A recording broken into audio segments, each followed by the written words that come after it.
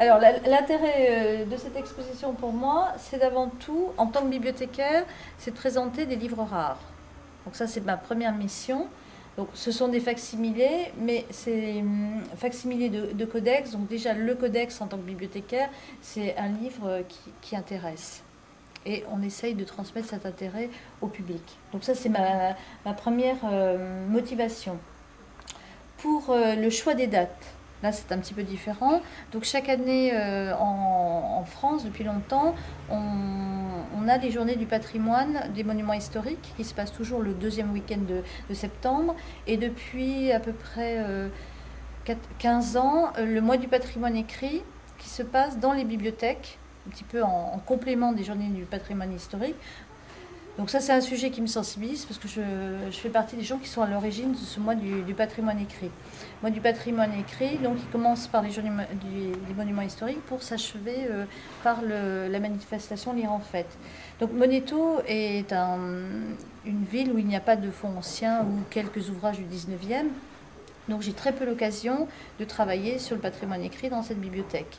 Donc c'est vrai que là c'était l'occasion pour moi de présenter des C'est pas évident non plus de présenter du patrimoine écrit en exposition. Non, alors C'est ça pas c'est très visuel des livres. ça c'est le deuxième problème auquel on se heurte toujours en bibliothèque, c'est comment montrer des livres anciens.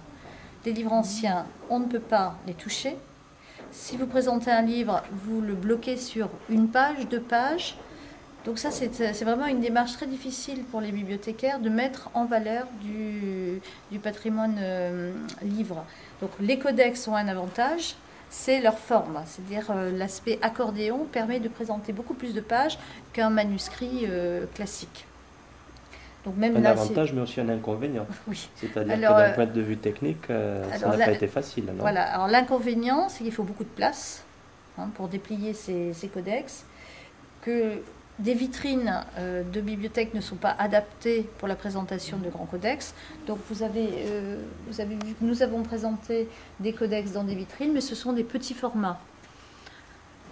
Donc grâce un petit peu au système D, on a en aménageant des tables, donc une table qui est une vraie table de bibliothèque que j'aime bien, qui est une table de travail, et puis des tables qui n'ont rien d'exceptionnel. On a essayé de les aménager pour présenter le maximum de pages des codex, et notamment de celui-ci qui est le plus beau, qui a les pages peut-être pas les plus intéressantes, mais qui est vraiment des très très belles pages sur lesquelles on a pu faire pas mal de commentaires.